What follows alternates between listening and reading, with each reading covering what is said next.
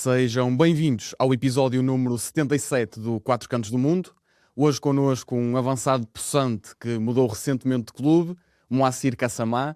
Moacir, antes de começarmos esta nossa entrevista, conversa, como quiser chamar, deixo-te o meu agradecimento sincero. É um prazer para mim ter-te aqui no Quatro Cantos do Mundo. Eu agradeço também, é a oportunidade que eu tenho de falar um bocadinho sobre a minha trajetória aí, das minhas aventuras. Então também agradeço. E bora É lá. isso, é isso. Vamos lá, vamos lá.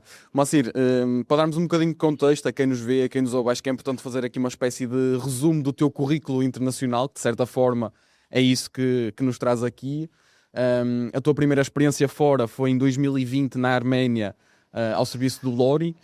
Depois em 22-23 tiveste duas experiências fora, uma na Roménia, ao serviço do Minaur, e uma no Vietnã, ao serviço do Sana Khan Hoa. E por fim, em 24-25, passaste pela Eslováquia ao serviço do Tolmin. Para começarmos, e aqui em jeito de brincadeira, deixa-me fazer-te uma pergunta. Um contra um, quem é que se safava melhor? Tu, num campo de basquete, contra o teu irmão Josimar, ou o teu irmão Josimar num campo de futebol contra ti? É uma boa briga, é uma boa briga. Porque eu gosto de acreditar que eu sou talentoso a jogar futebol. E ele era muito talentoso a jogar basquete também, atingiu a seleção e tudo mais. Uh, Pá, vou deixar para ele, vou deixar para ele. Acho que ele safava melhor. Acho que ele Pá, safava deixa-me. melhor no futebol, porque é um desporto que jogámos mais vezes. Há aquelas pessoas que nunca atingiram nenhum patamar, mas que têm jeito para aquilo. E basquete já não é para qualquer um. Pá, deixa-me só dar o contexto do porquê desta pergunta. Eu ainda não te disse isto, mas a primeira vez que eu me cruzei com o teu nome foi precisamente através do teu irmão, porque na altura em que eu estudava na Universidade do Minho, tirei Ciências da Comunicação lá, e houve uma altura que para o nosso jornal da Universidade, o Comum, fizemos uma reportagem sobre o teu irmão, porque ele conciliava medicina com o desporto de alto rendimento, o basquete no Braga, e depois fomos, pronto, opá, curiosidade, página de 00 e tudo mais, e cruzei-me com a informação que ele tinha um irmão futebolista. E foi a partir daí que me cruzei com o teu nome e fui de certa forma seguindo a tua carreira a partir daí. Portanto, achei que seria engraçado começar por aqui, mas pergunto exatamente isso, ou seja, como é que foi crescer neste ambiente tão desportivo, digamos assim, com irmãos que praticaram desporto, com tios, penso eu, que também tiveste um tio que Sim, jogou na primeira divisão, como é que foi sim. crescer neste ambiente? É assim, quase como qualquer pessoa em Portugal, nós, pelo menos da minha geração, eu tenho 30 anos, nós íamos muito para a rua, íamos jogar futebol e tudo mais, ou seja, sem muito compromisso, acabámos por nos envolver, não só em casa, mas com os amigos ali da rua. Os meus amigos são os meus amigos até hoje, nós somos uns 10 e os 10 sempre jogámos futebol ali na rua, depois jogámos pelos clubes da zona. Uns fomos jogando talvez mais a sério, outros menos, mas o contexto já nem era só de casa. Abrangia Certo. também para a rua, para a escola. Na escola, os intervalos era sempre jogar futebol. Ou seja, agora em casa, tirando. É assim, nós éramos três em casa. Mesmo o meu irmão mais velho também jogava futebol. Jogou no Vila Verdense e tudo mais. Depois em sénior até jogou no Funk. Na altura era um contexto de campeonato de Portugal. E depois acabou por não dar seguimento. Mas sempre houve um talento ali em casa. Acredito que muito por parte da minha mãe, que sempre gostou muito de futebol, até hoje.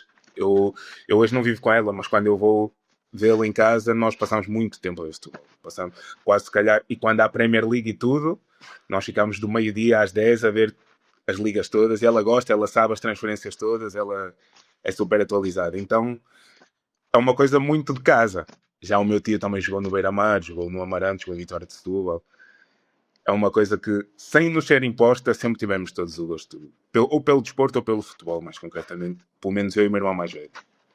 Epá, isso aí é o sonho de qualquer filho, ter uma mãe que se sente connosco a ver Premier League é incrível, diz lá.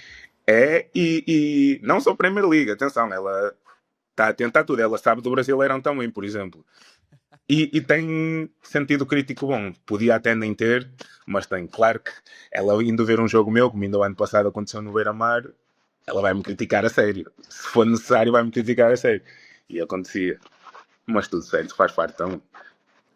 Mas ir, olha, e olhando um bocadinho para a atualidade, para o presente, tal como eu disse há pouco, tu mudaste recentemente de clube, foste apresentado no Vila Miá, contexto de Campeonato de Portugal. Quais são as expectativas para esta temporada? Como é que olhas para este novo passo que deste em termos de carreira?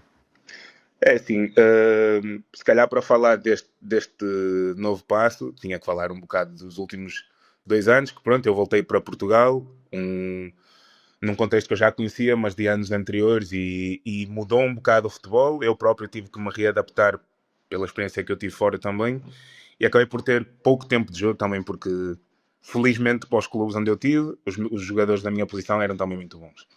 E pronto, eu este ano procuro ter mais minutos, poder jogar mais. Felizmente, para já tenho tido tempo de jogo, tudo bem que é para a época, mas também a conseguir fazer golos, já consegui fazer golos, recuperar a minha confiança, que acho que é a parte mais importante para mim, para poder ainda colher frutos num contexto superior a este e depois fazer um caminho em crescendo, porque ainda que esteja já naquela fase dos 30 para a frente, quero acabar como o Moacir que eu me conheço, que nos últimos 2 anos talvez não pude ser, não consegui ser.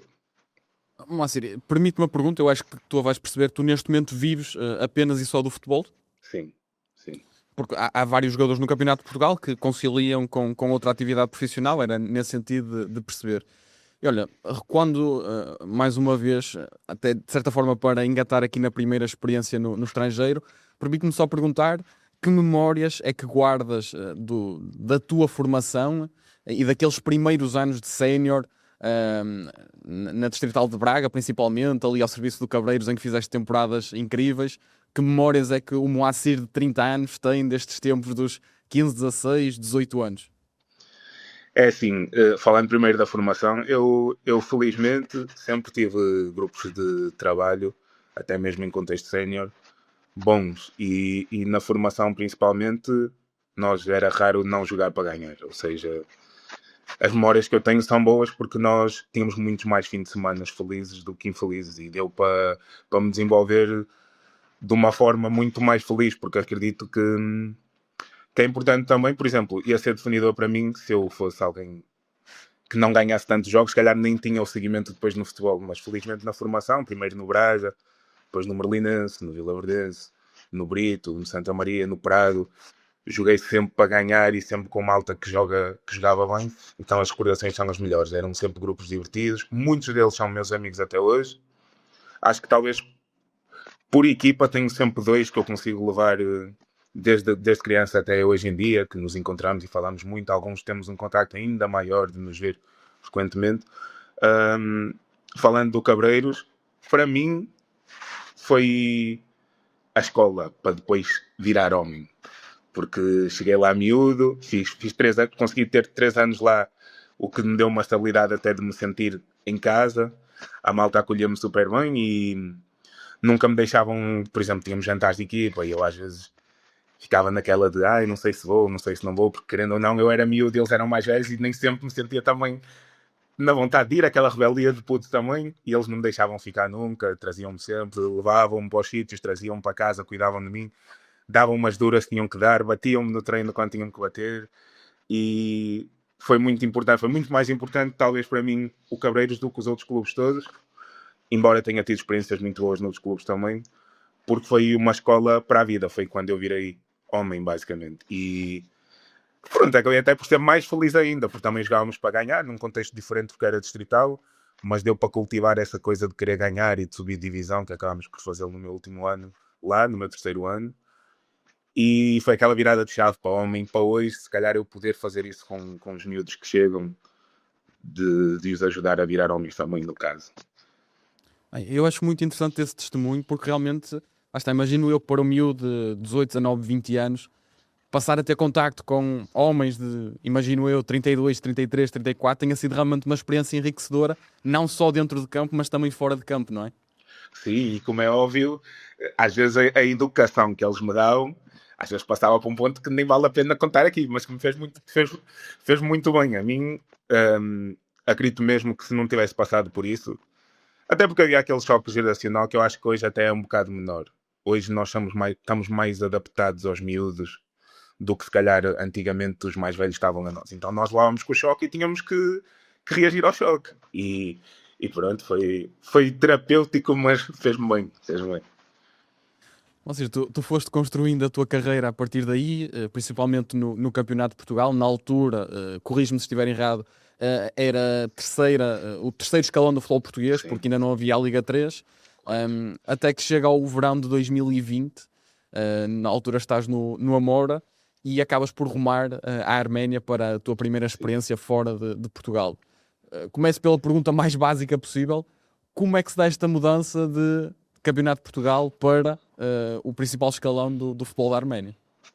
É assim, para mim, já estava mais ou menos anunciado que em pouco tempo eu haveria de ir jogar para fora, porque eu tinha essa vontade. Na altura trabalhava com um empresário que é meu amigo até hoje, que é o Domingos Lopes, e nós conversávamos sobre isso. Eu, antes de ter ido para o Amora, na época anterior tinha estado no Amarante e tinha-me corrido bem.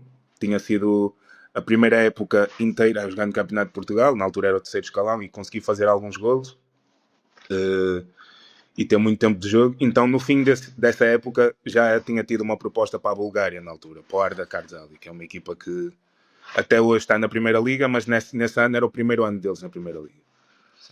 E eu assinei um pré-contrato com eles, depois, pronto, por vicissitudes do momento, acabei por não ir e fiquei mais um ano em Portugal, mas já sabia que haveria de ir para fora logo em seguida. E depois, pronto, eu sou de Braga, né? Assim como o meu empresário é, e havia outro empresário que também é meu amigo, que me apresentou primeiro a mim a possibilidade de ir para a Arménia, e depois, pronto, entramos ali em conversa os três, e o Jorge Costa, que é este tal amigo empresário que na altura me arranjou essa possibilidade, em conversa com o meu empresário da altura. Ou seja, não foi uma coisa que me chegou a mim diretamente. Ele falou-me da possibilidade, depois entre os três chegámos a um consenso e pronto, embarquei para a Arménia.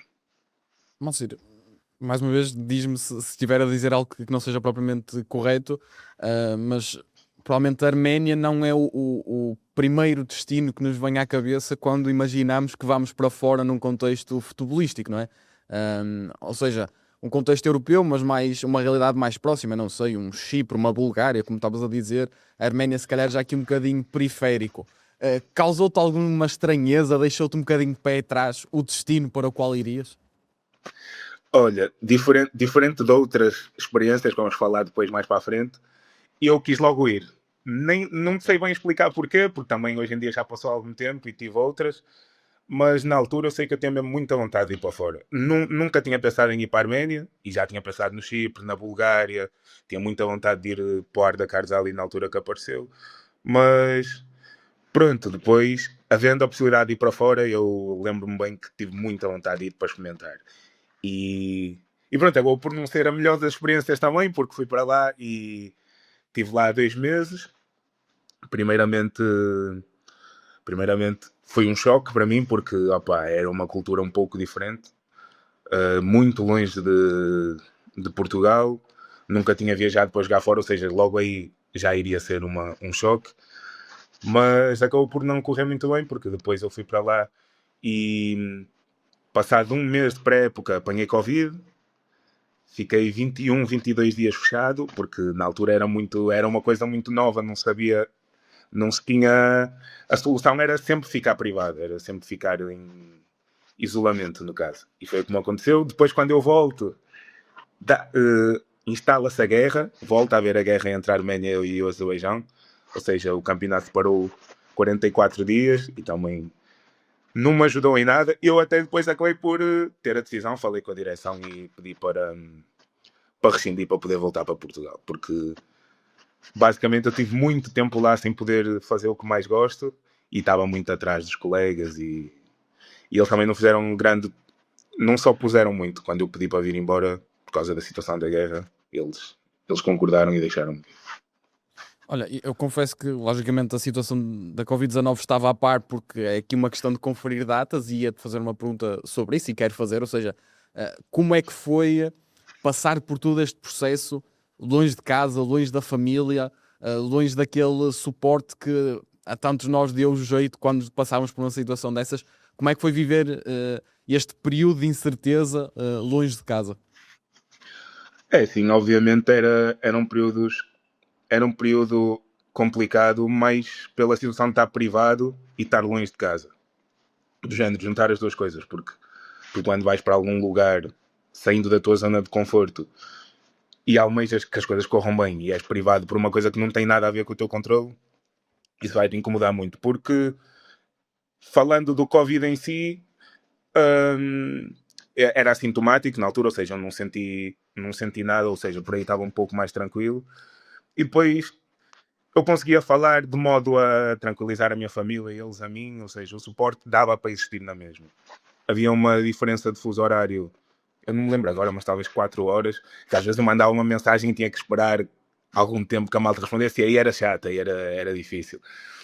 E eu, quando estive isolado, até curiosamente, a parte mais difícil de estar isolado na altura do Covid e tudo mais, até foi porque eu estava isolado com um colega de equipa, que era do Panamá. E ele sim sofria muito. E o gajo transportava para mim o sofrimento dele. Mas de uma forma incrível. Primeiro porque ele já era pai e tinha uma filha pequena. E ele era muito apegado à família, no sentido, ele era muito sentimental. Ele chorava muito.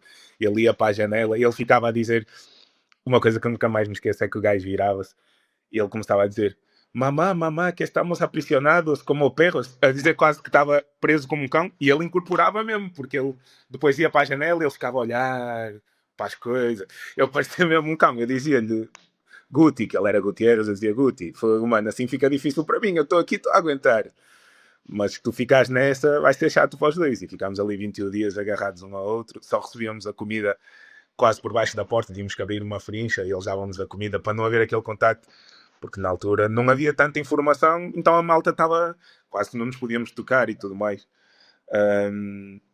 Mas foi a parte mais difícil, até foi por estar com outra pessoa que lidava pior com a situação do que eu, e eu era quase obrigado a sentir por ele, porque nós estávamos juntos. Tudo, se ele chorava, eu ouvia. Se ele se queixava, eu ouvia. Foi mais por aí. Porque depois, ao mesmo tempo, como era uma coisa, desculpa até interromper, como era uma coisa incógnita, não sabíamos muita coisa, nem dava, eu não tinha grande percepção do que aquilo seria depois para a frente. Então até acabou por ser uma coisa que eu lidei mais ou menos bem. Pronto, lá está. Esta pergunta eu tinha mais ou menos preparada. A situação da guerra, confesso que não estava propriamente a par. Guia-me um bocadinho o que é que te foi passando pela cabeça na altura em que percebeste que realmente esse conflito surgiu, se intensificou, que o campeonato ia parar por causa disso. Como é que foi lidar com essa situação que era realmente nova, digamos assim, porque Covid já ias ouvindo falar, e isto acho que foi realmente a primeira vez que tiveste esse contacto. Sim. É assim, eu antes de ir para a Arménia, assim como outros países que acabei por ir, eu tinha feito a minha pesquisa sobre, ou seja, eu já sabia que eles tinham tido um conflito com o Azerbaijão, que era uma coisa que já vinha de há muito tempo, mas que, ou seja, já estava a par daquilo, para mim não foi uma surpresa. Só que aquilo eles já estavam em cessar-fogo desde 94. E logo no ano em que eu vou para lá, os gajos decidem ter uma guerra. E é assim, nós víamos das notícias. Eu acho que 2 ou 3 dias depois de eu ter saído do isolamento, começou logo a guerra. Ou seja, saí de uma, já fui para outra. Estavas condenado a ter uma má experiência na Arménia. E nós treinávamos ainda, porque a guerra era... Pá, eu provavelmente não vou dizer a distância correta, mas talvez a 200 quilómetros, 300. Não era perto. Depois alastrou-se e ficou inviável treinar. Mas na altura ainda, quando instalou a guerra, não era assim tão perto. Ou seja, nós ainda treinávamos, mas sempre com aquele medo. E depois nós víamos as notícias, víamos bombardeamentos, víamos os números que escalaram. Morreram cerca de 5.000 pessoas nesse mês e 2 semanas de guerra. Começámos a ter noção, até pelos colegas também, porque depois nós tínhamos uns colegas que podiam estar elegíveis para ir para a guerra, e é até estranho que alguns deles, eu conversava com eles, eles diziam que era o que queriam também. Pois era isso que eu te ia perguntar, ou seja, dentro do balneário, que conversas é que os teus colegas arménios iam tendo em relação a isso? Era realmente nessa perspectiva de, pá, estamos prontos para ir? Sim.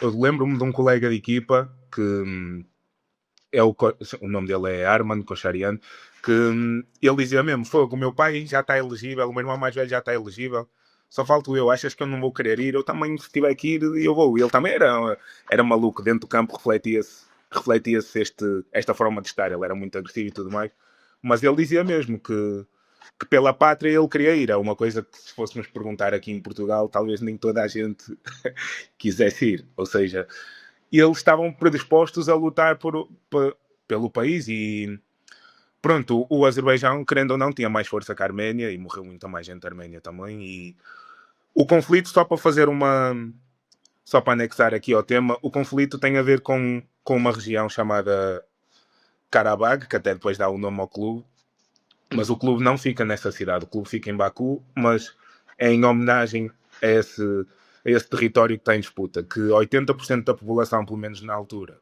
era de descendência arménia, mas ele é reconhecido pela ONU como sendo do Azerbaijão. Certo. E ali é um canal de petróleo. Para além disso, tem as questões de religião, porque a Arménia, dentro daqueles países, é o único que não é muçulmano. Então tinha muita coisa que envolvia aquela guerra e que fazia com que os arménios sentiam aquele orgulho da pátria de querer ir. Então os meus colegas estávamos todos preocupados por ser uma guerra, mas se fôssemos perguntar talvez a 60, 70% deles, eles queriam ir. Talvez só os mais novos é que não queriam, porque pronto, tinham medo de morrer, tinham uma vida pela frente.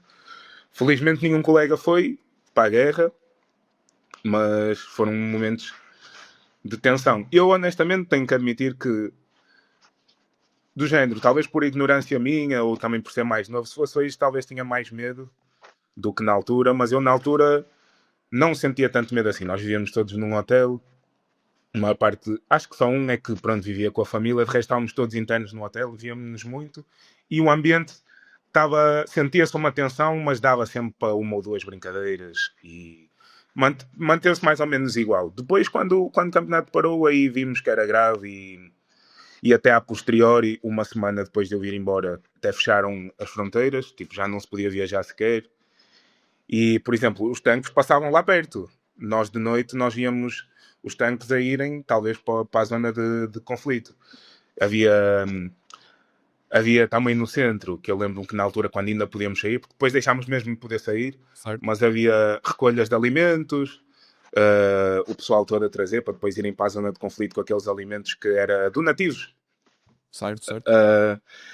Lembro-me também que atrás do nosso campo, quando nós treinávamos, eles estavam a experimentar lá bombas, porque nós treinávamos numa zona rochosa, onde tipo, dava para fazer essa experiência sem constituir perigo para as pessoas, e eles iam para lá e às vezes um gajo estava a treinar, aquilo, bum, e tipo a imagem até tremia, mas era muito longe, era, sei lá, 5 km de nós, só que ainda assim tinha um impacto, e eles iam lá fazer a experiência. E como era uma zona árida, sem prédios, sem nada, onde nós treinávamos, tínhamos um Tinham campo essa liberdade, não é? visual para poder ver. Ok, certo. Está a falar deles no sentido de fazer testes, mas vocês também conseguiam ver, estou a Sim, perceber. sim. Embora fosse longe, nós conseguíamos ver e ali um gajo tinha mais noção de que foi realmente uma guerra. E eu lembro-me, é curioso que tu disseste que não tinhas noção disso. E eu lembro-me de eu falar com a minha mãe e ela também dizer, opa, aqui não está a passar notícias de nada. Então tinham que ir à Reuters e assim, pesquisar na internet para perceber. Eu não entendo porquê, mas era uma coisa que em Portugal não estava a ser falado, mas pronto, aconteceu e éramos alguns portugueses na altura, alguns vieram embora, outros até pronto, decidiram ficar, mas foi um entrave também para o meu desenvolvimento lá, porque quando houve a guerra não pude treinar sequer e tinha aqui umas coisas em Portugal onde podia ingressar, na altura fui para o Sertanense e eu decidi vir embora. Moacir, eu tenho só duas questões mais em relação a esta experiência na Arménia. Eu tenho perfeita noção, tendo em conta aquilo que me contaste, que a tua experiência dentro de campo não foi propriamente duradoura, nem propriamente rica, mas ainda assim, como é que descreves o nível futebolístico que encontraste na Arménia? É assim, na altura em que eu fui para a Arménia, eu acho que é porque hoje em dia a Arménia já é um destino em que vários jogadores que jogam em Portugal, seja português ou não, vão para lá, mas na altura meio que fomos os pioneiros ali, eu e os que foram naquela altura. E o futebol também não era tão desenvolvido assim. Era uma primeira liga que se calhar tinha a qualidade das melhores equipas do Campeonato de Portugal, tirando aquelas duas equipas que tinham mais poder financeiro e que Encaixava meio numa segunda liga, se calhar, aqui em Portugal. pode ser que sim. pode ser que sim. É que hoje eu tenho a certeza que sim, porque hoje mudou mesmo o campeonato, mas na altura ainda era... Havia malta com qualidade técnica, mas depois a noção futebolística não era assim tanta. Nós também não éramos vistos como... Diferente de outros países onde eu tive, não éramos vistos como jogadores, éramos... E eles meio que não ligavam assim tanto porque estavam a desenvolver ainda o futebol. Nos últimos 4, 5 anos deu um avanço brutal à Arménia. Nós tínhamos, particularmente a nossa equipa, tinha um centro de treino top, com mais do que tínhamos 3 campos de treino, 2 sintéticos e um de relva, tínhamos condições top, mas depois fomos jogar a outros clubes. Eu particularmente não fui relacionado para nenhum jogo, por causa do que aconteceu, mas fui a muitos jogos amigáveis naquele mês e meio antes de acontecerem aquelas coisas todas, e fomos a muitos clubes de primeira que não tinham condições.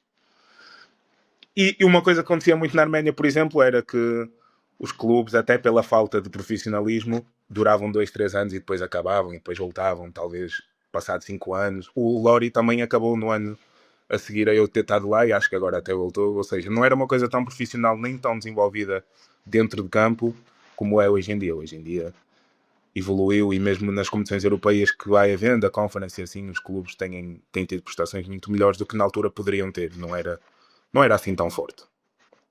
Ou seja, e eu gostava de pegar em algo que tu próprio disseste no início desta conversa sobre a Arménia, que culturalmente o choque foi grande, que encontraste uma realidade muito distinta daquela que tinhas em Portugal.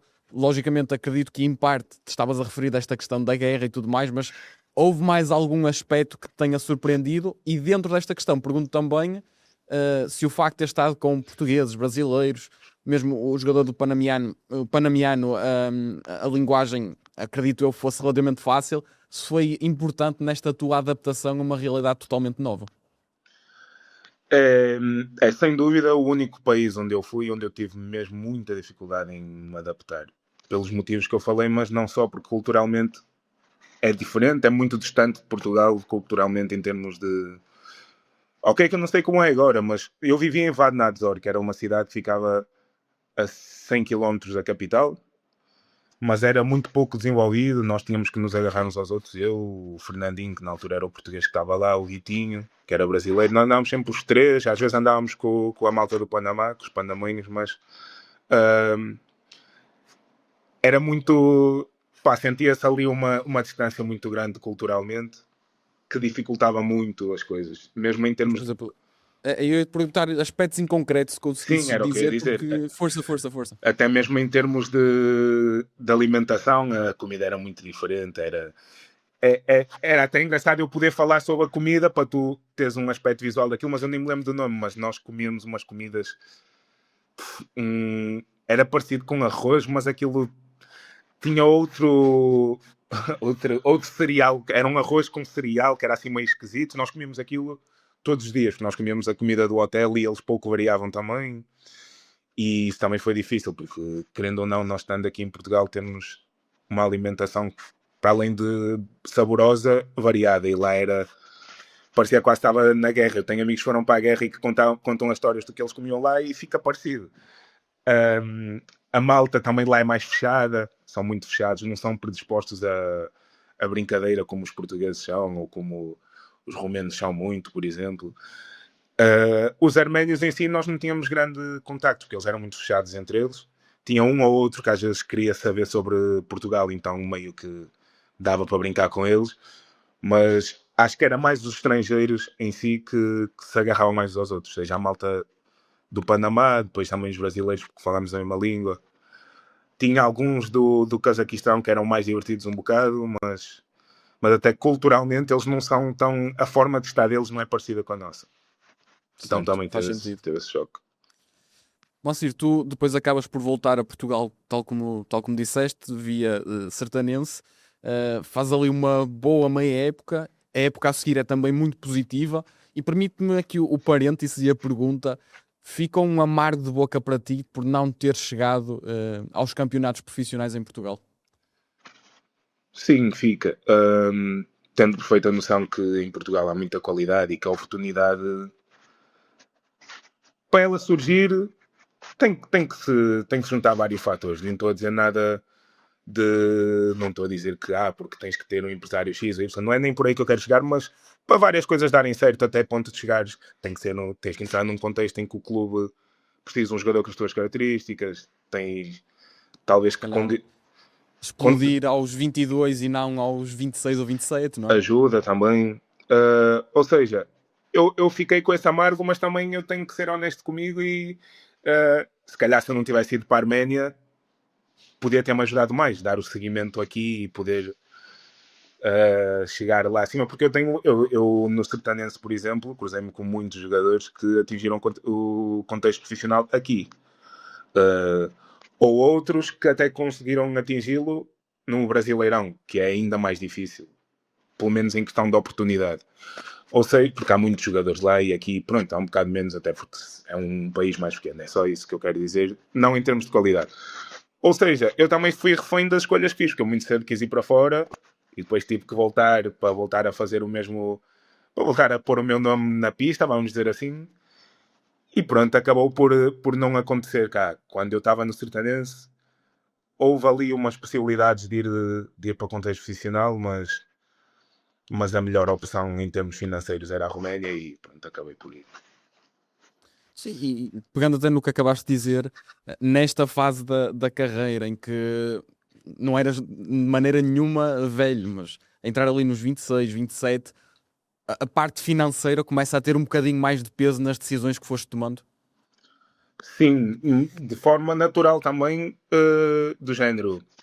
Antes das coisas surgirem, antes de qualquer proposta surgir, se eu dissesse, eu quero ir para ali para ganhar dinheiro, ou também era mentira, não era isso que eu queria só poder me desenvolver, poder fazer um percurso crescente, que era sempre o que eu procurei fazer.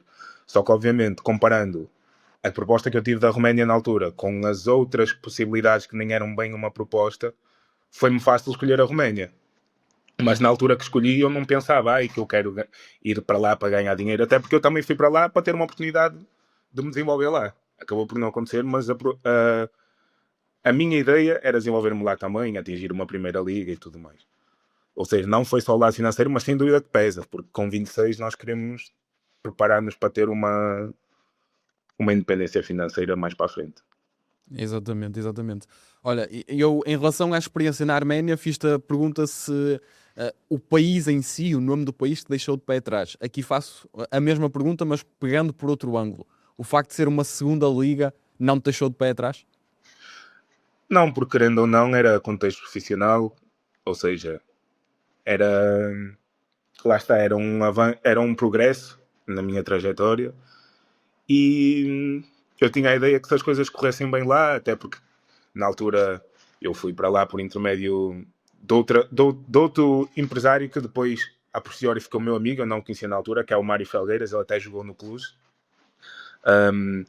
Ou seja, fui bem encaminhado, ele deu-me noção de que se eu me adaptasse bem, as coisas iriam correr bem, deu-me exemplos de outros que assim foi, ou seja, eu vi aquilo como uma coisa, como uma rampa, uma possível rampa de lançamento. Não me deixou de pé atrás, até me deixou com vontade de ir. Por tudo em conjunto, pelo tipo de país que era, pela minha porta de entrada ser alguém que conhecia bem o país, que nunca me iria deixar na mão e nunca deixou. Por ser a Roménia, que é um país que temos muita mais informação sobre também, e o futebol é bem melhor lá do que na Arménia era. Eu nunca fiquei de pé atrás, foi rápido. A mim fizeram uma proposta e passado 10 minutos já tinha viagem para ir. Ou seja, eu vou-te fazer uma pergunta que não sei de todo se faz sentido, mas a tua cidade ficava relativamente próxima da fronteira com a Ucrânia, isto numa altura em que o conflito entre a Ucrânia e a Rússia já tinha começado. Tiveste alguma situação relacionada com a guerra nessa altura aí na Roménia? Não em concreto contigo, mas sei lá, eu lembro que na altura, por exemplo, houve muita gente a sair da Ucrânia e a ir para os países vizinhos. Não sei se eventualmente na tua cidade isso aconteceu. É assim, na Roménia nós não tivemos, onde eu estive, nós não tivemos nenhum problema relacionado com a guerra. Mas eu lembro-me que tínhamos um miúdo na nossa equipe, eu até me lembrei disso há pouco tempo. Tínhamos um miúdo que estava lá à experiência, um ucraniano. Eu acho que ele vinha do Shakhtar, dos Júniors na altura, e ele foi lá à experiência. algum empresário deve ter levado lá, ou mesmo algum contacto deve ter feito aquela ponte para ele ir lá. E eu, quando cheguei, eu fiquei num hostel, só aqueles dias até eu ir para o apartamento, e o miúdo ficava comigo no quarto. Só que havia outro miúdo que também estava lá no quarto e eu nunca o via nos treinos. E eu ficava, que esquisito, pá, este gajo tipo, está aqui, ele nunca come connosco, nunca nada. E eu vim a perceber depois, porque houve um dia que o miúdo desapareceu. Certo. E eu fiquei, foda-se, o miúdo, desculpa até o Tranquilo, palavrear, tranquilo, foi, tranquilo. o miúdo, tipo, nem deu para o conhecer direito, até trocámos Instagram e tudo na altura, mas foi, o gajo nunca treinou. E eu fui perguntar ao outro rapaz, foi, eu já percebi que vocês falam o mesmo idioma, o gajo era da Ucrânia. E ele, sim, eu fui. E que aí o gajo não treinava, e ele disse, opa, não, ele nem sequer joga futebol, ele é que é muito meu amigo, e a cidade dele na altura estava em guerra e já tinham perdido muita coisa. Eu não sei se a família dele, mas que tinham muitas casas destruídas já e tudo mais, e ele estava ali em zona de perigo e eu trouxe-o comigo. Eu vim para aqui treinar e eu trouxe-o às escondidas, mas nem podes dizer a ninguém que ele esteve aqui, não sei o quê. Pá, eu também não sabia. O miúdo também, se calhar, foi mais perto um bocado e nem me contou para eu não ter que dizer a ninguém, mas Claro. eu jamais diria. Mas foi a coisa mais próxima com a guerra que tivemos. Foi que depois, à posterior, quando ele saiu, eu percebi que ele estava lá refugiado e depois talvez deva ter conseguido ir para outro lugar para chegar ao destino que ele queria ir, que eu também não sei se ele queria mais para dentro da Europa ou assim, mas na altura lidei esses 10, 12 dias com um miúdo refugiado, até sem saber, mas foi a coisa mais próxima com a guerra que tive. Olha, e em relação à Roménia como país, do ponto de vista mais social, olhando até um bocadinho para o fora do campo, que realidade é que encontraste? Pá, eu gostei muito da Roménia, muito mesmo. Primeiro que é muito parecido com Portugal no sentido, na forma de estar das pessoas. Nós aqui em Portugal, por exemplo, eu na escola andei na escola com imigrantes romenos. Eu tinha uma ideia deles, depois percebi que até nem condiz com o resto da população, porque eles são sociáveis, são malta que gosta também de brincadeira, como os portugueses gostam muito. Uh, Têm a mesma forma de estar, até mesmo gostam de. Pá, as saídas deles, de sair para se divertirem com os amigos, são mesmo muito semelhantes às nossas. É um país desenvolvido, eu achei, também era uma coisa que eu achava que não seria, e depois percebi que é um país muito desenvolvido, é um país muito para a frente.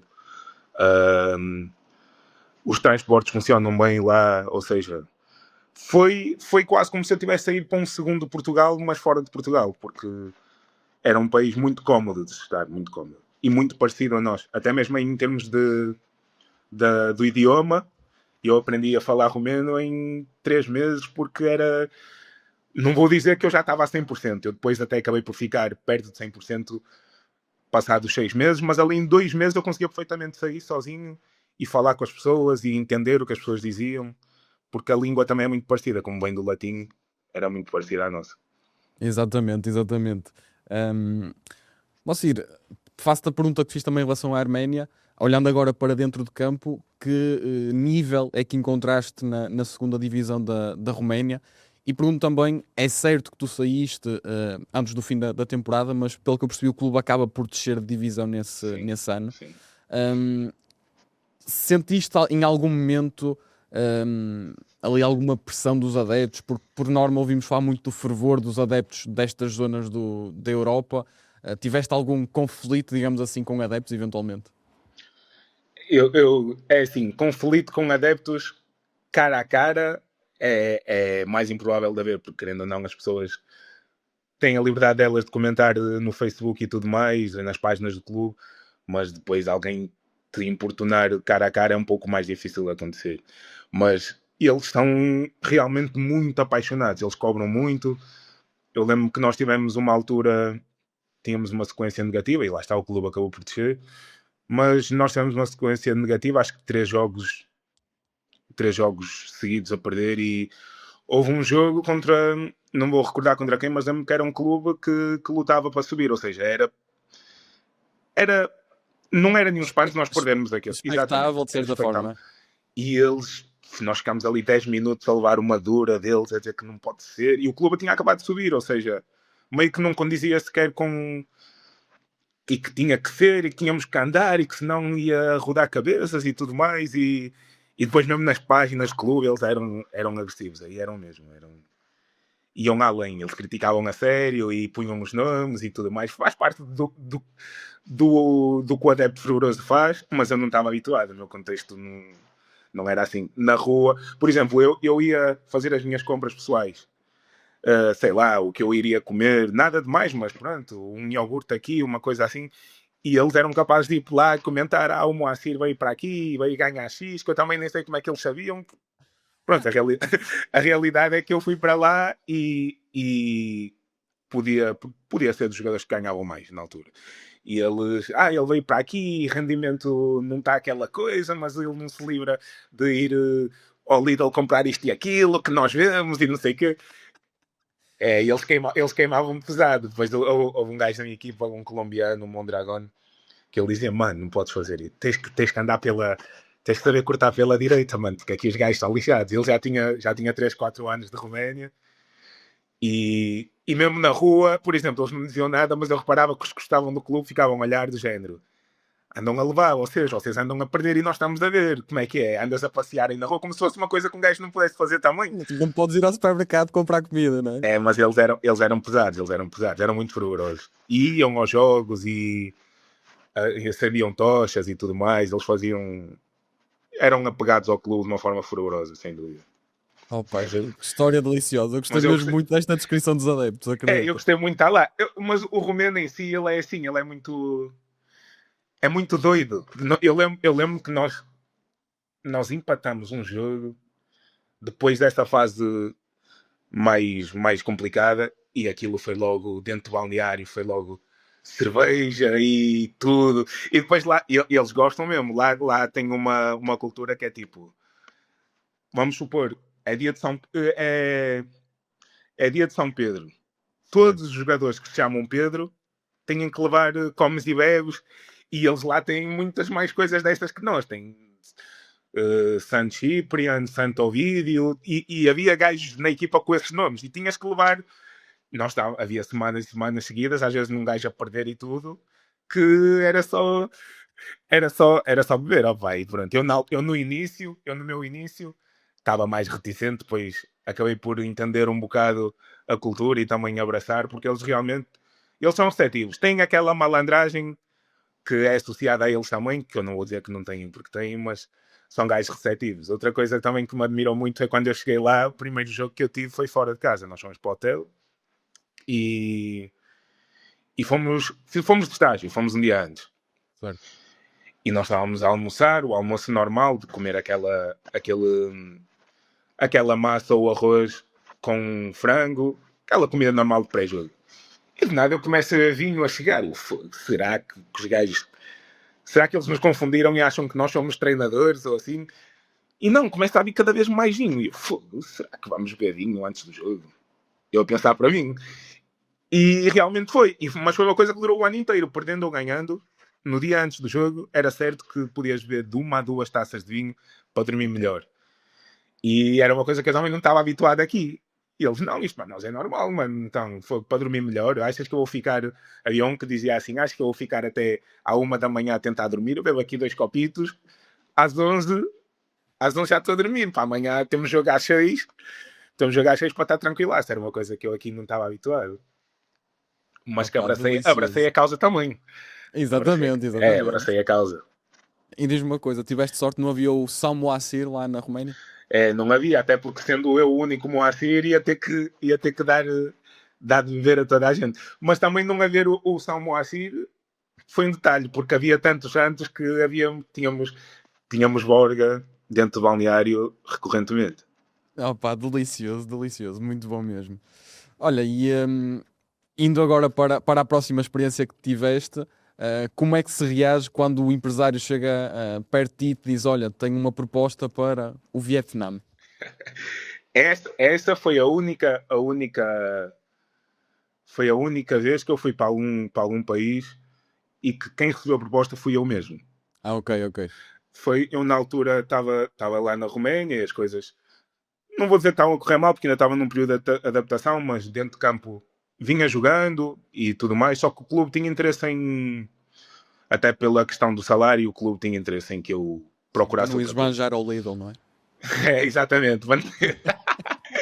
e, e eles na altura, opa, eu até fiquei magoado na altura porque eles não me disseram que eles não queriam contar comigo, mas puseram no jornal local, na lista de transferíveis, certos jogadores, e eu percebi pelo jornal que eles não iriam contar comigo. Eu na altura tinha 2 anos de contrato, ou seja, eu tinha sempre a opção de... Lá na segunda liga, o calendário era, chegava ali a dezembro e ficávamos quase um mês sem jogar, até por causa da neve e tudo. Na primeira liga eles não fazem esse intervalo, mas na segunda faziam. E depois a pré-época seria na Turquia, em Antália. Iríamos daqui de Portugal, eu no meu caso iria de Portugal para Antália se eu continuasse com eles. Ou seja, naquele mês eu já tinha interiorizado que tinha que arranjar alguma coisa para facilitar a minha vida, porque se eu voltasse para a Roménia não ia jogar. Porque depois, quando eu percebi, eu conversei com o Mário e conversei com as pessoas lá e eles disseram, opá, a opção que tu tens, já que tens 2 anos de contrato e queres te agarrar a ele, é voltares, mas não vais jogar. Vais correr à volta do campo, vais treinar, que era uma coisa que eu também não tinha interesse nenhum. E comecei a ver as minhas opções aqui em Portugal. De uma Liga 3, possivelmente. Menos que isso na altura não queria, ou seja, de uma Liga 3 e tudo mais. E lembro-me uma altura que já mesmo no finzinho, ali no dia 31 de janeiro, e eu todo cagado, com medo até de ficar sem clube, e mando uma mensagem no Instagram, um puto, porque o gajo, eu já era mais velho que ele. Ou seja, eu vi a imagem e eu pensei, foi, isto é um puto que me está a mandar mensagem, perguntar se eu tinha interesse em ir jogar para o Vietnã. E eu para mim fiquei, não tenho. O que é que eu vou fazer para o Vietnã? E eu disse-lhe, não, amigo, não tenho. Eu por acaso respondi, porque como ele me pareceu miúdo, eu ainda até achei que aquilo era uma tanga. Eu até podia perfeitamente não ter respondido. E eu disse, não, rapaz, não tenho, agradeço o interesse, mas não tenho. E ele, nem por este valor, e na altura era uma coisa que eu fiquei, fogo. Se o gajo parecia que estava a brincar, agora ainda parece mais. Eu fiquei, fogo, este gajo está a brincar comigo. Mas eu perguntei-lhe, fogo, mas é sério isso? E ele, sim, temos aqui esta possibilidade, vimos o teu perfil no Transfer Market, já percebemos que o clube que tu não vais ficar lá, se tu tens empresário. Eu disse, tenho, mas eu não estava, eu disse-lhe, eu não estou para aí virado, tipo Vietnã, e o Vietnã eu ainda não tinha pesquisado, achei que a ideia que eu tinha era de uma guerra recente deles, que eles tinham tido, e que aquilo não seria nada por aí além. Mas eu na altura tinha um amigo meu que jogava lá, pá, esse amigo até já não está entre nós, que é o Paulo Madeira, mas ele acabou por falecer nesse ano em que eu estive lá. Mas eu antes de qualquer coisa eu perguntei-lhe, oh, mano, tu estás aí a jogar e que tal? Como é que é isso aí? E ele, mano, é top, não sei o quê, é evoluído, a liga é boa, eles pagam bem. E eu disse-lhe, é que eu tenho aqui esta proposta, mas tipo, não me parece normal. E ele, não, eles pagam bem, que vais conseguir, vais conseguir mudar a vida da tua família e tu vais poder ajudar a tua mãe. Na altura ele disse-me isso. E eu perguntei-lhe, e a cidade? É porreira? E ele, qual é a cidade que vais? E eu disse-lhe qual era, que era Canoa. E ele, ui, não acredito. Tu vais para uma cidade que é turística, mano. Tu que não fores para aí, tu és burro, mano. Tens que ir, mano, não sei o quê. Ele até quase me forçou a ir. Ele, anda, que vais ajudar e não sei o quê. E se faltar alguma coisa, um gajo também está aqui. E eu, na altura, disse-lhe, olha, virei-me para o puto, que eu já lhe tinha dito que não. E disse, olha, essa proposta aí, eu se calhar vou, que ainda dá para ir. Eu disse que ainda dá para ir e ele, dá. E eu sempre reticente, porque, não me parecia uma coisa tão credível assim, mas arrisquei, aventurei. Eram muitos fatores que se faziam desconfiar, não é? Sim, era...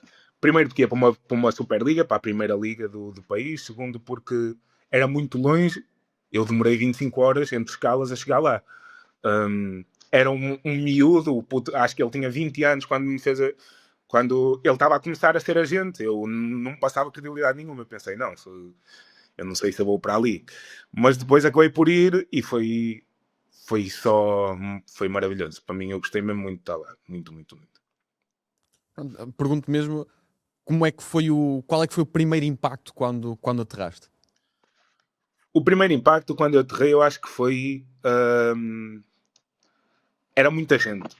O sítio onde eu aterrei era muita gente. Não dava quase para... As pessoas quase que batiam em ti. A malta andava lá à pressa, com o ritmo deles. Eu sou um rapaz de Braga, a nossa cadência de vida não é igual à deles, eles estão sempre a mil, muita gente, e aquilo assustou-me um bocado. Depois a própria temperatura é um clima mais abafado, mais úmido, ou melhor, é um clima mais úmido, transpira-se muito lá, tu mal sais de casa já estás a transpirar, basicamente. Pouco chove, e quando chove parece que vai acabar o mundo também, porque chove muito. É um clima tropical muito diferente. Mas rapidamente me adaptei, porque a malta é receptiva lá também. É malta porreira. E eles têm curiosidade connosco, tanto os brasileiros como com os portugueses. Até pela questão do nosso futebol ser mais evoluído, eles têm essa curiosidade, ou seja, querem nos conhecer e tudo mais. E por aí deu logo para chegar, e a malta, tipo, não foi como, por exemplo, na Arménia, em que eu não consegui fazer muita ligação com os arménios porque eles eram fechados. Ali a malta era muito mais tranquila, era animada também, eram gajos muito engraçados. E pronto, eu lembro-me também, um choque que eu tive também engraçado foi que quando eu cheguei lá, nós tivemos um jogo também fora, e ao fim do jogo eu fui tomar banho, como se faz aqui em Portugal, fui tomar banho. E eles começaram, não, não, não, não, não. E a fazer assim, e a fazer, não. E eu pensei, fogo, este gajo, das duas uma. Ou nunca viram, ou estão a valorizar e estão a querer brincar comigo. Fogo. E eu pensei para mim, fogo, estou em altas, que os gajos estão a valorizar. O que é que eu percebi depois? Que não era comum tomarmos banho e se ver as partes íntimas uns dos outros. Mas havia brasileiros que já lá estavam e não me disseram, e podiam ter dito. Porque o comum ao fim dos jogos era o quê? Nós, principalmente quando jogávamos fora, nós vinhamos com a roupa do jogo para o autocarro e íamos para o hotel tomar banho. Eu não sabia, porque era o meu primeiro jogo, então fui para o banho e eles logo, não, não, não. Eu a pensar para mim, estão mesmo em altas, que os gajos nunca viram nada, nunca viram nada disto. Estava a meter aqui num patamar do caraças, e afinal não se podia. Vinha a perceber depois. Mancir, olha, e em termos de adaptação, língua, comida, fuso horário, como é que foi lidar com uma realidade tão distante daquela que tinhas em Portugal? O fuso, se na Arménia o fuso me complicava, lá complicava mesmo, porque lá eram umas 7 horas de diferença de fuso horário, e às vezes dava-me alguma solidão, porque eu sou um gajo que o dia todo eu converso muito com os meus amigos, e nem que seja só trocar algum reel, alguma coisa do género, e lá eu mandava uma coisa e tinha que esperar, porque eu já acordava cedo por causa do treino, às 8 da manhã, que aqui se calhar seria 1 ou 2 da manhã. E eu, para esperar que alguém me respondesse, tinha que esperar quase o dia inteiro, só conseguia conversar à noite com as pessoas. E aí, nesse aspecto, punha-me muito distante dos meus amigos. Mas a adaptação cultural, eles têm uma alimentação diferente, são mais dados a peixe, por exemplo. Depois tem aquela coisa de comer com os pauzinhos da Axi. Eu hoje sou pró nisso, mas na altura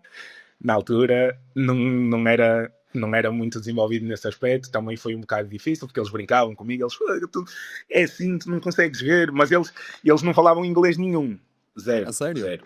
Era tudo na base dos gestos e fazer uns sons para acompanhar os gestos, porque inglês era muito pífio. Tínhamos um tradutor, mas mesmo o tradutor também não era aquelas coisas todas. E eu lembro-me que eu, para falar com o tradutor, eu tinha que falar mal.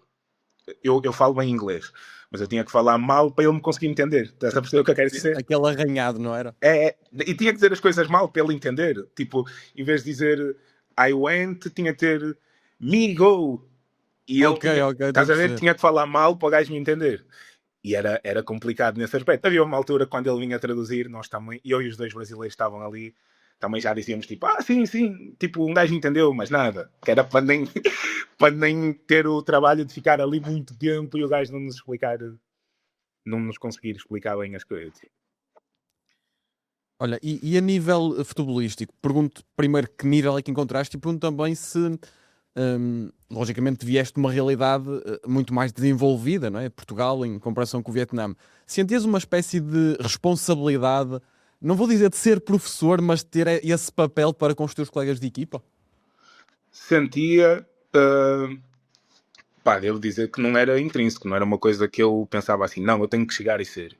Porque a minha forma de estar, até mesmo hoje em dia que sou dos mais experientes, é tipo, pá, um gajo tenta ajudar e trazer o que tem de melhor, seja características dentro do campo, seja características hum, pessoais e psicológicas e tudo mais, mas gosto de dar espaço a cada um também para ser como é, ou seja, eu não tenho este tipo de personalidade, mas lá os gajos impunham-nos muito isso, porque primeiro porque realmente fui receber uma exorbitância comparado ao que eu poderia receber aqui, até mesmo numa segunda liga.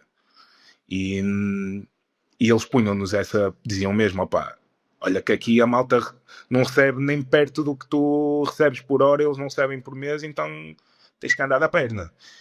E aí senti essa responsabilidade, e mesmo pela questão de ser português, sabes? Eles viravam-se e diziam, opá, tu és português. Na Arménia aconteceu o mesmo também, que eles diziam, opá, tu és português, tens de vir aqui fazer 15 golos.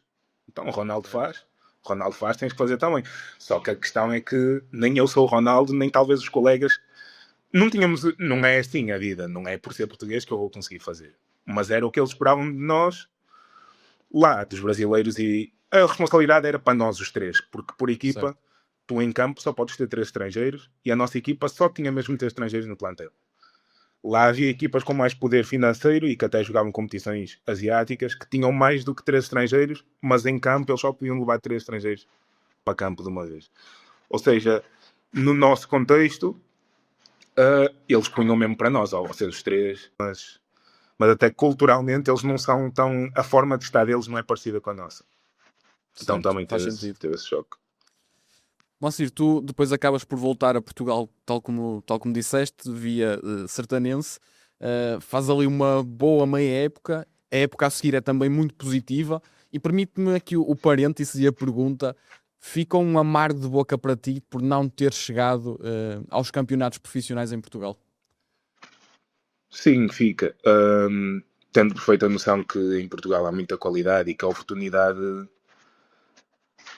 para ela surgir tem que se juntar vários fatores. Nem estou a dizer nada de. Não estou a dizer que porque tens que ter um empresário X ou Y. Não é nem por aí que eu quero chegar, mas para várias coisas darem certo até ponto de chegares, tens que entrar num contexto em que o clube precisa de um jogador com as tuas características, tens talvez Se que calhar explodir aos 22 e não aos 26 ou 27, não é? ajuda também. Ou seja, eu fiquei com esse amargo, mas também eu tenho que ser honesto comigo e se calhar se eu não tivesse ido para a Arménia, podia ter-me ajudado mais, dar o seguimento aqui e poder chegar lá acima, porque eu no Sertanense, por exemplo, cruzei-me com muitos jogadores que atingiram o contexto profissional aqui. Uh, ou outros que até conseguiram atingi-lo no Brasileirão, que é ainda mais difícil, pelo menos em questão de oportunidade. Ou sei, porque há muitos jogadores lá e aqui, pronto, há um bocado menos, até porque é um país mais pequeno, é só isso que eu quero dizer, não em termos de qualidade. Ou seja, eu também fui refém das escolhas que fiz, porque eu muito cedo quis ir para fora e depois tive que voltar para voltar a fazer o mesmo, para voltar a pôr o meu nome na pista, vamos dizer assim. E pronto, acabou por não acontecer. Valorizar o nosso pontinho e, e dentro do campeonato havia outras equipas que tinham outro contexto. Essas equipas tinham muita qualidade mesmo. Jogavam competições asiáticas também para pontuar, não era só para ir, sabes? E conseguiam contratar jogadores de campeonatos de uma primeira liga da Grécia, como até hoje conseguem fazer. Lembro-me que o Joel é um avançado que jogou no Marítimo, não sei se sabes quem é, um O camaronês. Joel Tagou? Exatamente, o Joel Tagou Sim. foi para lá também. Ou seja, eles conseguiam, pelo poder financeiro, eles conseguiam contratar gajos às vezes da primeira liga portuguesa para lá. O que Certo. fazia com que o campeonato tivesse qualidade muito a mais do que a que eu esperava. Eu, quando ouvi Vietnã, não quis ir. E até na altura, é curioso que eu na altura virei para o rapaz, opá, eu vou. Mas eu não quero ir por esta proposta, porque ele tinha-me feito uma proposta de um ano e eu disse, opá, eu vou. Se houver a possibilidade, eu quero assinar só 6 meses para depois poder apanhar o campeonato daqui, porque lá agora o calendário é igual, mas na altura não era. Era Era anual. era anual. E eu queria sair, mas passado um mesinho eu percebi logo que arrependi-me logo. Depois acabei por não renovar também, mas eu percebi logo que ia-me arrepender porque aquilo era muito bom futbolisticamente, a maneira de estar lá também era bacana, era bom de estar lá. E era um nível bom para poder ter feito mais anos lá e me desenvolver, porque realmente havia qualidade lá. Principalmente aquelas 5, 6 equipas com mais poderio financeiro, diria que eram da qualidade de uma. pá, de uma equipa que lute para não descer aqui na Primeira Liga. É a percepção que eu tenho. Até Certo, porque eles certo. conseguiam mesmo contratar gajos com experiência de primeiras ligas da Grécia, Primeira Liga aqui, e pronto, era um país que futbolisticamente era bom. Ó Siri, para terminarmos aqui o nosso capítulo Vietnã, pergunto se há assim mais alguma história dentro e fora de campo mais curiosa, mais marcante que tenha ficado desta experiência. Pá, curiosidades ainda haviam algumas, porque aquilo era realmente muito diferente. Não que fosse tão engraçado, mas por exemplo, uma coisa que eu nunca tinha visto aqui que fazíamos lá é que nós tínhamos bidiário de segunda a quarta, que aqui em Portugal não é comum.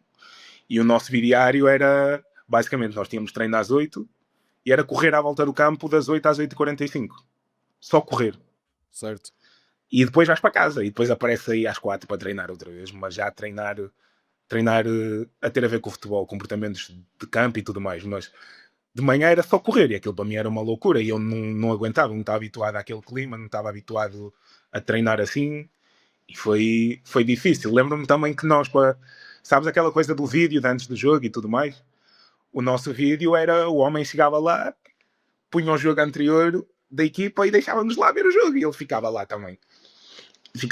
Era 60 a 70 minutos, enquanto aqui em Portugal os analistas fazem um trabalho de 3, 4 jogos para ver os comportamentos das equipas e fazem-te um compacto ali de 10 minutos com comportamentos de bola parada e tudo mais. Ele não, ele punha-nos ali e nós ficávamos na sala de vídeo a bater cabeça para não adormecer. E ele às vezes às vezes o gajo, imagina, ele punha o vídeo, o treinador, né? E ele ficava do lado e às vezes fazia tipo assim: viram? Isto acontece do género. Era o máximo que ele fazia, era tipo, viste o que o gajo fez? E pouco falava. Houve uma altura que houve lá um gajo que fez uma finta e fez um remate do caraças e ele assim, como quem? Nem eu tinha visto, estou a ver agora também. Primeira vez que eu estou a ver é com vocês, que eu nem eu tinha visto. Opa, deram-me o vídeo e estávamos aqui. Só que ele desistia também, ele começava a olhar. Via, opa, isto aqui está maçante demais. Chegava ali aos 60 minutos. Opa, a segunda parte também as equipas já se descaracterizam, já não interessa muito. Vamos embora, não sei o quê, porque ali a malta estava ali toda cheia de sono, toda. Algo que eu nunca tinha visto aqui. Nós aqui até costumamos ter mais vezes vídeo durante a semana, talvez 2 vezes, mas de coisas compactas de 10, 7 minutos, às vezes 15, e depois a explicação do treinador sobre o que tu viste, e o treinador para o vídeo para te explicar. Lá não, lá o gajo punha o vídeo e ficava connosco a ver. E depois, e Pá, depois muito nós bom. tirássemos as nossas ilações do que vimos. Exatamente, muito bom mesmo. Olha, antes de irmos à experiência na Eslováquia, deixa-me já fazer uma pergunta. Quão difícil foi, no espaço de 1 ano e meio, passares por 3 países, teres de mudar de casa, malas atrás de ti? É realmente um desafio extra, digamos assim? Isso é uma pergunta muito boa. Porquê? Porque eu, como te disse, eu sou um gajo assim apegado aos meus amigos e mesmo com a minha mãe gostava de ver o futebol o dia inteiro. Tinha aquelas minhas rotinas de estar com gente e eu quando fui para a Roménia fui em junho, no fim de junho, porque lá começa mais cedo do que aqui. E depois acabei por voltar em dezembro, mas já fui embora no fim de janeiro outra vez, ou seja, eu em 13 meses fiquei 1 mês em casa. Certo. E isso fiquei muito distante das pessoas daqui em termos. Já não tinha aquele contacto e eu até sou um gajo que quando estou assim com os meus amigos gosto de estar na brincadeira e abraçámos-nos e aquelas coisas.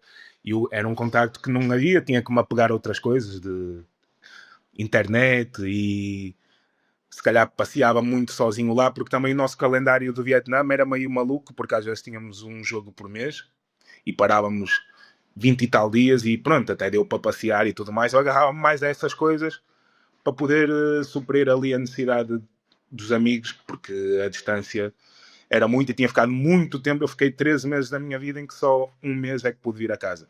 Não fiquei 13 meses seguidos, mas pegando nesse tempo todo, tive basicamente 12 meses fora de casa, só com um interlúdio de um mês e foi difícil para mim, foi complicado. Depois adaptei-me e hoje em dia sou uma pessoa muito mais preparada para isso, como estava mais preparado para isso quando fui para a Eslovénia, mas o habituar-se a isso foi complicado. Ficou uma vida mais solitária, digamos assim. Exatamente, exatamente. Olha, e em relação à experiência na Eslovénia, faço-te um bocadinho a pergunta que faço sempre: como é que surge esta hipótese? O amargo de boca por ter saído do Vietnã ficou, não ficou? Ficou porque eu gostei muito de Vietnã e as coisas não me correram mal lá. Porque às vezes, quando esportivamente corre mal, tu meio que prevês que não vais ficar lá. Só que eu tinha 6 meses de contrato, que os cumpri. Até tenho uma história engraçada para falar sobre isso, porque quando eu recebia um valor, um X valor lá no Vietnã, e na altura em que eu vim embora, eu tinha que receber esse valor, né? E tinha que assinar como se eu tinha recebido para poder vir embora, mas antes de assinar qualquer coisa eu tinha efetivamente que o receber. E, e eu fiquei alguns dias lá à espera, porque estava ali um atraso, porque eles foram cumpridores, eles raramente se atrasavam, os prémios de jogo eles pagavam mais ou menos na hora. Curiosamente, na Roménia também tive uma experiência boa, a esse nível, porque há muita gente que não tem, Exato, exatamente. mas felizmente não me devem nada na Roménia também. E na altura em que eu vim embora, eu não queria vir, porque eu achava que desportivamente estava bom, tentei negociar uma renovação, mas eles já tinham outro jogador em mente, que chegou quase ao fim. Quando o meu contrato estava a acabar, já o gajo tinha chegado para assinar, mal eles pudessem inscrever outro estrangeiro. Ou seja, e aquilo doeu-me um bocado, fiquei com esse tal amargo de boca, e na altura eles não me pagavam, não me tinham pagado atempadamente, eu já queria vir embora, já que não estava, já que o meu contrato tinha acabado. E eu ainda treinava com o clube por uma questão de manter forma, porque eles foram bacanos comigo de me deixar ficar lá a treinar, já depois do contrato ter acabado. Mas ainda tinha que receber, ainda fiquei uns 20 e tal dias para receber. Quando eles tinham o dinheiro para me pagar, ainda faltava um X que era da prémio de assinatura, que eu já devia ter recebido no início, mas que Certo. nunca o tinha recebido e eu não queria vir embora sem ele. Mas o prémio também, em relação ao que eu ia receber, era tipo 10%. Não era um valor. Era um valor bom, mas não ia fazer. Como na altura a condição era outra, não ia fazer grande diferença. Mas eu queria na mesma. Eu pensei para mim, não, eu não vim para aqui para os gajos me comerem de cebolada, basicamente. E quando eu fui para assinar os papéis e eles já tinham o dinheiro para me pagar, quem veio tratar disso foi o empresário que intermediou a minha ida para lá. Porque, na verdade, o miúdo que conversou comigo pertencia a uma agência. Certo. E foi já o empresário mais velho, o dono da agência, que veio conversar comigo. E ele disse-me, anda ao Hotel X.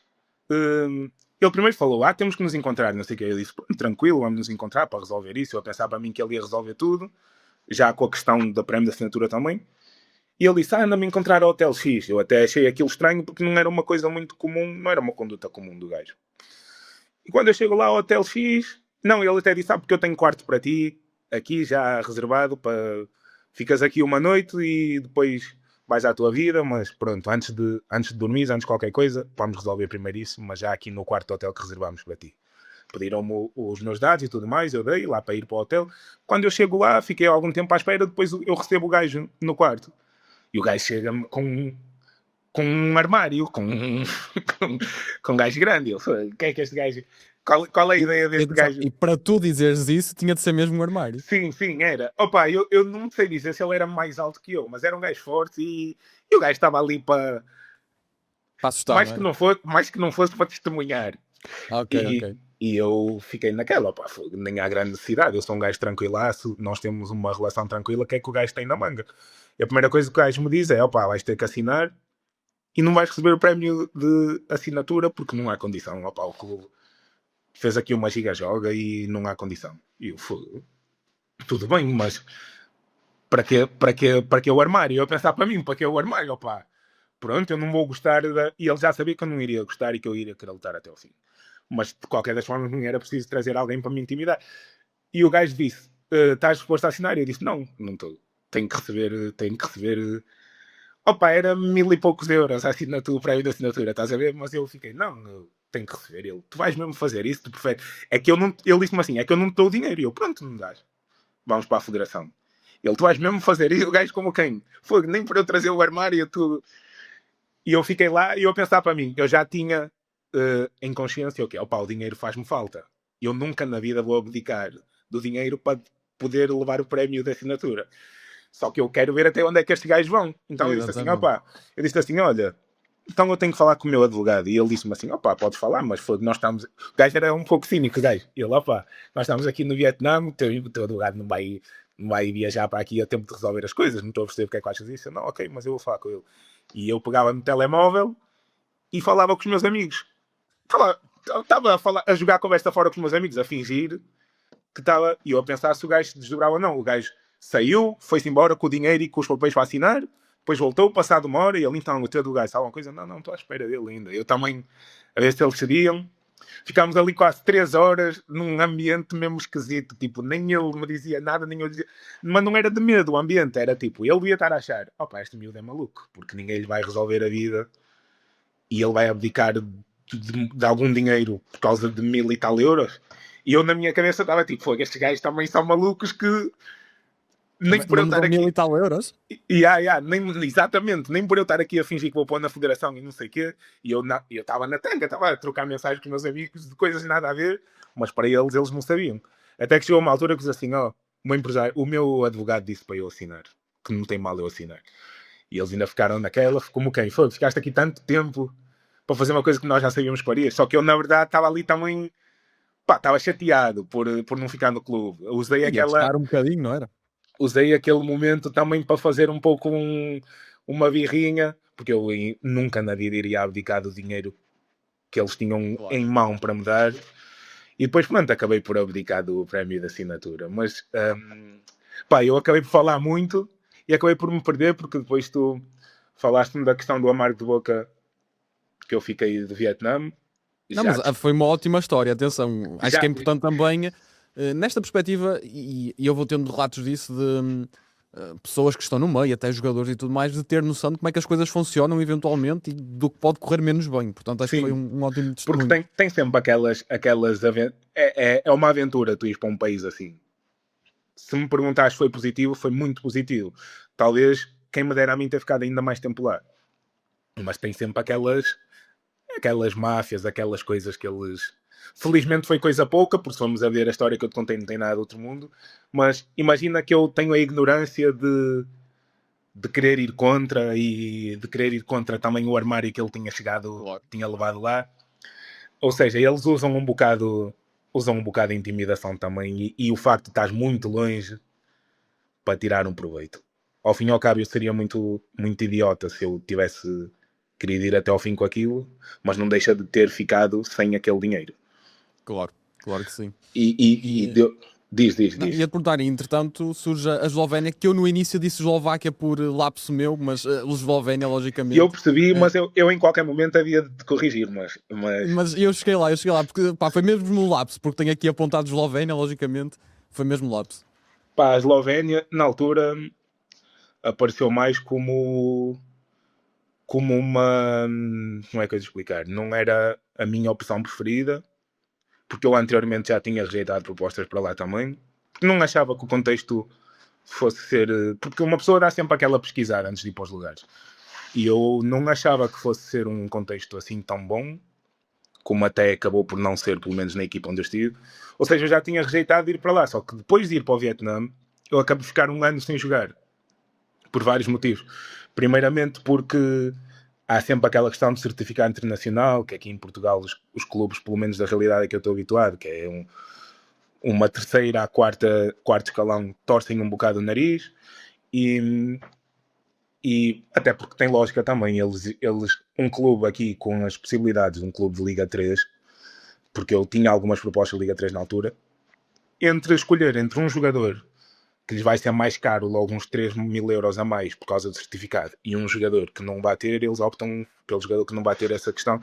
E por aí acabei por ter muitas portas fechadas, e depois tive outras propostas para alguns outros países também, que seriam boas e que hoje eu iria, mas na altura, vamos dizer que eu vinha com a cabeça distorcida, porque eu fui reviver uma realidade no Vietnã que era muito diferente da realidade que eu estava habituado, até a nível financeiro, e mesmo a nível de estrelato, vamos chamar-lhe assim, porque nós tínhamos tudo de bom e do melhor. As pessoas viam-nos na rua e cumprimentavam-nos e queriam tirar fotos, e nós íamos no aeroporto, porque nós fazíamos muitas viagens de avião para jogar, e as pessoas tiravam fotos connosco, e os jogos passavam todos na televisão e era aquela coisa, tinha muita gente no estádio, cheguei a ter jogos fora com 17 mil, 18 mil pessoas, 15 mil, 11, fogo de artifício, aquela coisa toda que um gajo não estava habituado e fiquei com uma realidade distorcida do que eu Passar antes... para as 500 pessoas da Liga 3 não Exatamente. seria fácil, não era? Exatamente. Ou de outros países que são muito bons, como um Cazaquistão e Lituânias e assim, que são bons para pelo menos dar continuidade à tua carreira quando vens do Vietnã. E eu na altura rejeitei, hoje não rejeitaria, mas na altura rejeitei. Acabei por ficar um ano sem jogar. O que me fez, para a época seguinte, tinha que me adaptar ao que fosse aparecer. E na altura apareceu da Eslovénia, eu já tinha um mau feeling sobre aquilo, porque não me parecia o melhor dos clubes, mas aceitei aventurar-me. E a experiência acabou por não ser tão boa também, porque, embora fosse profissional, uma liga profissional e tudo mais, era muito amador o nosso contexto do clube. Era muito amador mesmo, muito, muito, muito. Inexplicavelmente amador. O treinador basicamente só gritava, Okay. só gritava e dizia fight, fight! O gajo já nem sabia se era para pegar nas luvas e de repente também ir andar à porrada com alguém, porque o gajo era Mua, fight, fight, Mua, fight. Só me dizia isso e eu perguntava, mas que é? Fight para a esquerda ou para a direita? Tipo, onde é que é para um gajo ir? E era só isso, a qualidade de treino não era, a informação de treino não era tão boa como em Portugal é, ou mesmo no Vietnã, até no Vietnã acaba por ser melhor e na Roménia também. Ali era só mesmo, era o lutar, era o gritar. Acabámos por descer a divisão também, mesmo eu saí a meio do ano, mas acabámos por descer a divisão porque o contexto também não era por aí além. Foi uma experiência socialmente foi bacana porque era foi um país que me surpreendeu muito, porque é um país limpo, tem muita natureza, tem acessos fáceis. Por exemplo, eu estando lá pude conhecer a Croácia, pude conhecer Veneza, porque era perto também, mas futbolisticamente nós íamos para os jogos sempre para sofrer muito, sofremos muito em campo, porque não havia, as outras equipas estavam muito à frente, muito acima de nós. A liga é boa, mas e mesmo o pessoal, o futebol não é o principal desporto deles. Pelo menos foi a ideia com que eu fiquei e a ideia que me passavam a mim. Eles são mais apegados a basquete, por exemplo, e mais fortes também, a nível internacional, são mais fortes também. Posso estar errado, mas acho que o ciclismo também é forte, não é? Exatamente, eu ia falar disso, o ciclismo é forte lá e é acompanhado, as pessoas vão ver. O futebol, tu não tens aquele clima fervoroso que vais apanhar, por exemplo, na Ásia ou na Roménia. Não foi. Fiz amigos lá também. Felizmente fiz amigos lá, brasileiros, com quem falo até hoje, quase todos os dias, mas a nível de futebol foi complicado, foi difícil. Por exemplo, a nível de infraestruturas, não digo só do teu clube, mas dos estádios dos adversários, como é que descreves a realidade que encontraste? Inclusive a do meu clube era boa. As Certo. infraestruturas eram top, o ginásio era top. A forma de estar é que não, porque as infraestruturas eram boas. E dos outros clubes também, mas os outros clubes, enquanto o meu clube era um clube mais pequeno, de bem menor expressão, que as infraestruturas eram boas porque eram recentes, eram muito evoluídas porque eram recentes, os outros clubes eram mais pela grandeza, tinhas estádios, tinhas bons estádios. Alguns clubes tinham passado recente de primeiras ligas também, ou seja, tinham uma história. E as infraestruturas eram boas, os ralados eram bons, tirando o nosso que não era muito bom. Ou seja, eles preparam o futebol para ele ser praticado. Eles põem à disposição dos clubes condições de trabalho. O nosso é que não havia, não havia aquela sabedoria futebolística para... Mesmo a forma de estar, por exemplo, eu não tenho grandes histórias engraçadas porque estava-me agora aqui a lembrar de uma, mas não tenho muitas porque eu convivia só com os meus amiguitos ali, com os brazucas. Mas também lembro-me de uma altura que um amigo nosso também, porque lá aquilo tem muita natureza mesmo, e tem animais que não tem cá, tem veados e tudo mais. Ou um amigo nosso que uma altura nós a vir de um jantarzito, ele levou um veado à frente. O veado apareceu-lhe a meio do caminho, bateu-lhe no carro, destruiu-lhe o carro todo. O veado pôs a pé, foi-se embora. e ele ficou com prejuízo, porque depois com um prejuízo do caraças, que ele foi para lá e até comprou o carro há poucos dias e apareceu no viado e estragou-lhe logo o carro. E o susto que apanhou, não é? Imagino Sim, eu. sim, sim, sim. Mas nós não tínhamos muita... não havia grande coletividade. Depois, tipo, ao fim dos treinos, cada um ia para o seu lado. Nós ficávamos mais na nossa. Ou seja, é uma experiência da qual não tiras assim muito, não é? Não há muito sumo, digamos assim. Não há muito. Também estive lá 6 meses e foram meses complicados para mim, mais pela questão de que o estar deles era muito diferente do que eu acreditava que devia ser no futebol. Certo. Então foi muito E, complicado para mim por causa disso. Moacir, olha, aproveito então para te perguntar, já fizemos aqui um bom resumo das tuas experiências. Aos 30 anos, que objetivos é que ainda tens para o futuro em termos futebolísticos?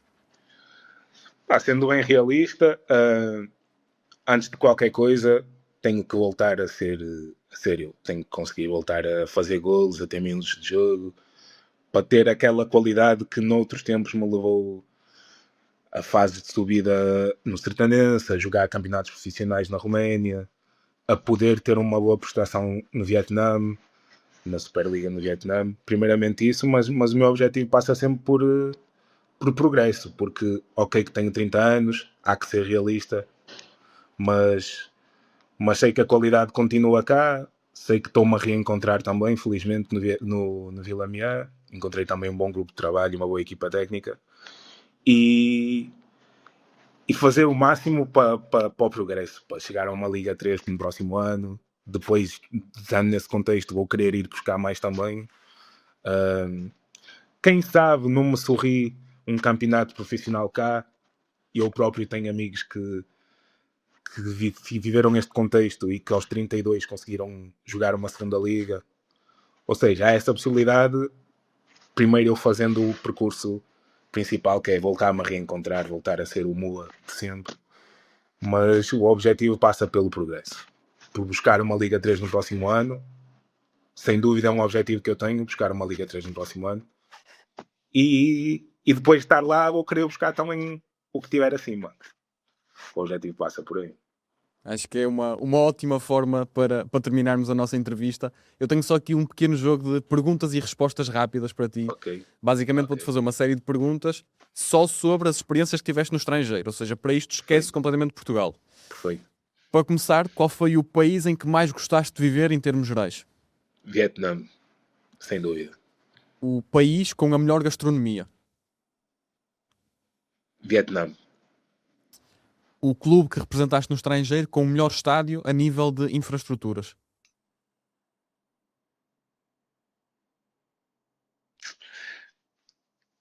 o Minaur. Acho que o Minaur. Ok. O clube com os melhores adeptos? Minaur também. Porque lá está, eles eram muito fervorosos, mas era ótimo jogar assim. Exatamente, exatamente. O melhor jogador com quem jogaste nestas aventuras fora de Portugal? É que eu joguei com bons jogadores. Fora. Eu posso dizer dois? Podes, Ou podes, tem eu que deixo ser? passar. Porque há um, até pelo que a carreira dele acabou por ser, houve um que me surpreendeu muito, que foi na Arménia, o Nana. Ele era defesa direito, um ganês.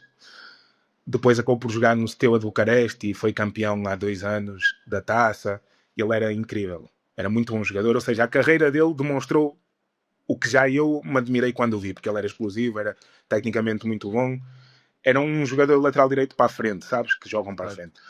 Mas o melhor de todos, eu acho que foi na Eslovénia, o Kalani, um brasileiro com quem eu joguei, que até já tinha estado cá em Portugal em contexto 23 no Boa Vista e chegou a ser chamado à equipa A para jogos de Primeira Liga, embora não tenha entrado, porque ele também era muito bom jogador. Então eu fico com o Nana e com o Kalani. E agora faço a pergunta inversa, ou seja, o melhor jogador contra quem jogaste nestas experiências fora?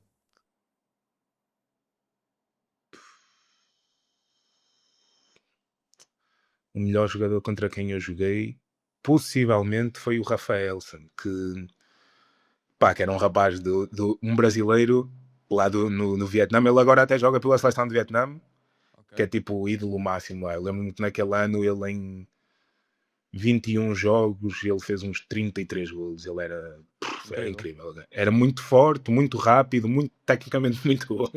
E tanto que ele tinha jogado no Brasil, ele tinha estreado no Brasileirão na altura acho que ele subiu à equipa A de Vitória da Bahia e jogou. Ele já vinha de um contexto de Primeira Liga do Brasil e eu apanhei-o, ele tinha os 26, 27 e ele estava muito bom jogador mesmo. O melhor treinador que tiveste? Provavelmente foi o Mitsa Iosif, na Roménia, o meu segundo treinador, porque eu fui contratado pelo Ciprian Duncescu, e depois ele foi despedido e veio o Iosif, que já tinha experiência de Primeira Liga. Ele, um ano antes de ser meu treinador, ele tinha subido o Rapid de Bucareste à primeira. Certo. Em 2021, acho. E era um gajo, tipo, era muito bom. Porque ele era bom de contacto humano e era um gajo sabia muito de futebol. Fico com o Iosif. Pensei que ias dizer o treinador da Eslovénia. Não. Nunca, jamais. Olha, pergunto se há assim algum jogo que não esqueças que tenha marcado de forma especial. Sem dúvida. Contra o Dinamo de Bucareste, na altura eles tinham descido de divisão,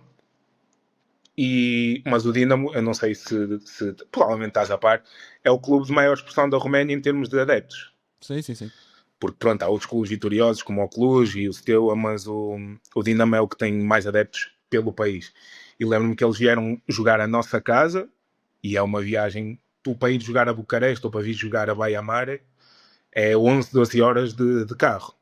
E eles trouxeram umas 8, 9 mil pessoas. Acredito que também tinha muita gente da minha cidade que apoiava o Dinamo, e nós naquele jogo batemos-nos muito bem, nós nós empatamos, eu já não me lembro se nós saímos em vantagem ou eles é que saíram, mas lembro-me quando fizemos o golo, até foi uma jogada que também participei na construção, depois no final da jogada aparece o nosso extremo e faz o golo, e foi tipo uma explosão de alegria, e depois quando fomos para o balneário, sentíamos que aquilo tinha sido um momento para o Minauro muito grande, de empatar com o Dinamo. Depois acabou por subir divisão e agora está a jogar também competições europeias e tudo mais. Mas nós apanhámos na segunda e foi sem dúvida o jogo mais marcante que eu tive lá, porque o estádio estava lotado, tinha umas 14 mil pessoas, algumas do nosso lado, mas muitas mais do Dinamo. E só mesmo para terminar, pergunto se há algum país no qual ainda não jogaste e gostavas de vir a jogar. Há alguns, eu gostava de poder ter uma experiência no Chipre, porque acredito que que me adaptaria bem, que gostaria de lá estar. E também senti muita curiosidade na Bulgária, até porque foi a primeira equipa que apareceu com um contrato para mim, até foi da Bulgária, infelizmente não pude ir, mas também tem boas indicações lá, era outro país que eu gostava de experimentar. E quem sabe, eu espero que possa haver essa possibilidade. Massir, olha, só te posso agradecer por esta hora e meia que tiraste para conversar comigo. Foi mesmo um gosto para mim ter-te aqui, sentir a boa disposição com que encaraste esta conversa. Acho que enriqueceu muito a nossa conversa, portanto só te posso mesmo agradecer. Foi um gosto para mim ter-te aqui. Obrigado eu, porque querendo ou não, uma pessoa sempre, depois de ter esta experiência, sempre quer ter um canalzinho de poder falar sobre elas. Deste-me um espaço, obrigado também por isso. Já acompanhava o teu trabalho porque já tinha visto aqui e ali, de alguns amigos mandarem, a mim também já me apareceu, eu já mandei a amigos. Sempre tive curiosidade para saber como é também isto e foi top, foi bacana. Espero que continue a correr bem o trabalho, porque é enriquecedor até para mostrar a outras pessoas também a realidade do que passamos fora.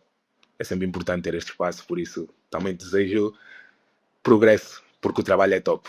É um trabalho enriquecedor e está a ser muito obrigado. Muito obrigado.